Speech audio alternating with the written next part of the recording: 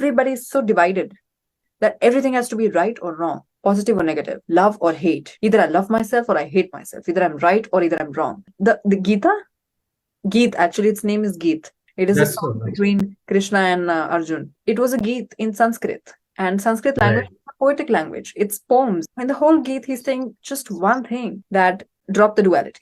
You're not two, you're one. Because Arjun is like, if I do this, then I'm going to kill my people. If I don't kill my people, then I'm going to be remembered as the soldier who just left the battle and ran away. And Krishna was like, so what? That's my favorite verse. I think the only verse actually knows this Karmani Vadikaraste. Kadachana. People misunderstand that verse in so many ways. It is not about, you have to do your karam no matter what. How people go about it is that they keep doing their karam and then they think that they don't have to think about the phal. I mean, it is the same thing. You're thinking about not thinking about having a phal. People are in major delusions. Then what is the essence of that, according to you? Because you know what? We have divided it into karam and phal. We have divided something. Krishna is not divided. So when he's speaking it, he's not speaking it in the terms of you have to look it as karam and then you have to look at it as divided. Right. Also, whenever you speak the truth, the moment you speak it, it becomes a lie. Because truth can never be spoken. How do I explain to you what love is? How do I explain to you what pink is? I can show you pink. Yeah. Right? You can create pink. You can paint with pink. Yeah. You can make use of it. But what is pink? It's a color. What is a color? What is a color? So there are fundamental questions that cannot be answered in language. Yeah. That does not mean it cannot be answered. It means language is not profound enough to gather the universe and its creation in its total entirety. We as humans have succeeded in creating so many different Sumerian language, Egyptian language, Sanskrit, intelligent languages, very intelligent languages, but we have never been there yet. Because language is a mode. I tell you, love yourself. But then what is love? I can write poems about it. I can speak to you about it. I can create a number of podcasts about it.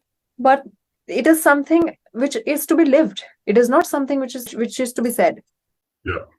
I can speak to you lovingly. That is possible. But I can't speak love to you. That is what he is talking about. He's saying, just do the karam, because even if you're not doing anything, that is also doing something.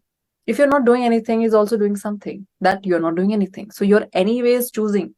You don't have to become choiceless. You have to reach to a state of choicelessness. No matter what you do, the consequence of it is so vast that your human perception cannot, gather it all unless you go beyond being a human, which is come with me.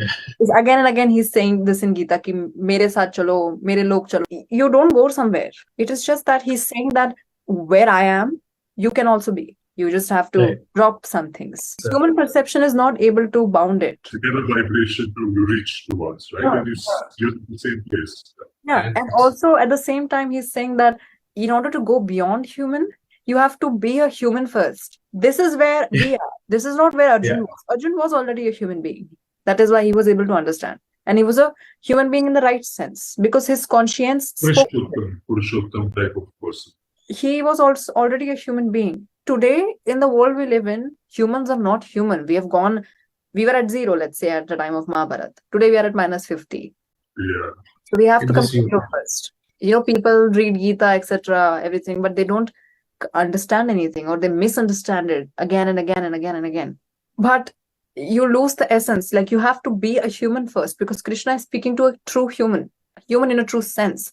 People today do not even have that inside them, that what it means to be. Beastly things inside us. It is wild west. You have to go out and explore yourself. That is the dark age, the age of Kali. That is what it means. And it is so dark that you don't know anything. So you go out and explore for yourself.